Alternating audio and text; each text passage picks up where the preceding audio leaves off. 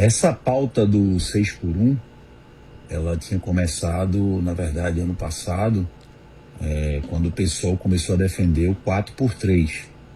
E isso quer dizer, reduzir a jornada de 44 para 32 horas semanais, do dia para a noite. E eu já tinha dito lá atrás que o Brasil não aguentava uma redução tão drástica do dia para a noite. Poderia ser a longo prazo, para o futuro, né?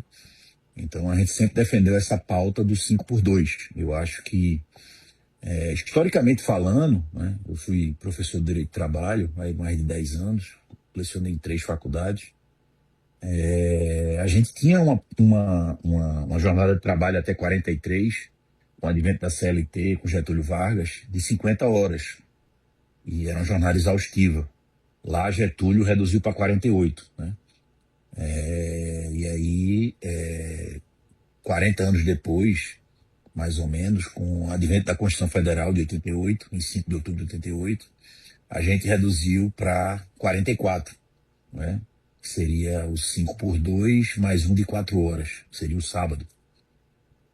E agora a gente conseguiu aí reduzir para 42 pelos próximos 12 meses, a partir da vigência da emenda constitucional, e depois de 12 meses reduzir para 40 e aí ficar em 40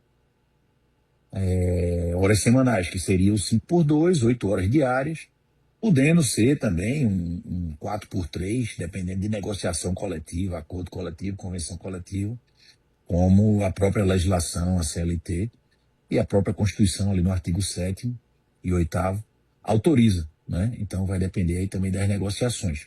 Mas aí a gente teria uma jornada máxima, com o advento dessa emenda constitucional, de 5 por 2.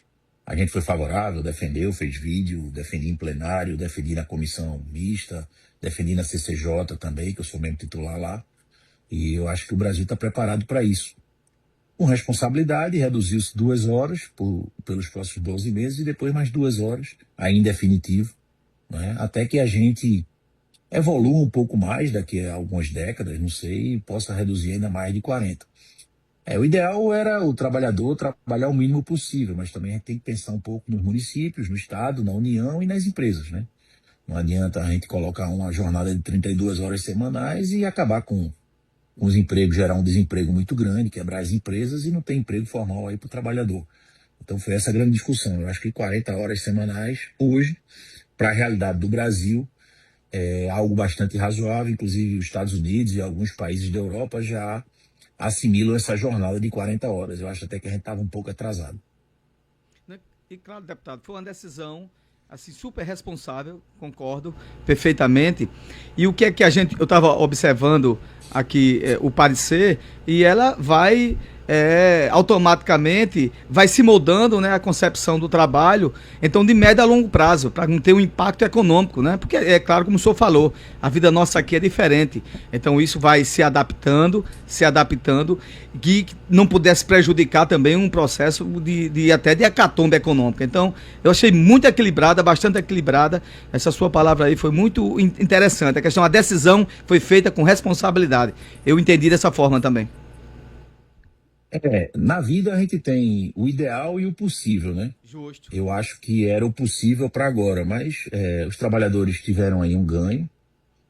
Agora vão ter 2 descansos semanais, 2 dias aí para poderem efetivamente recarregar as baterias, conviver com a família, que também é importante. A Organização Mundial de Saúde, os médicos, os psicólogos têm defendido muito isso, não é? Que é importante que o trabalhador tenha pelo menos 2 dias de descanso semanal, e aí ele teria 5 dias para se dedicar à empresa, mas também com limite de 8 horas por dia, né?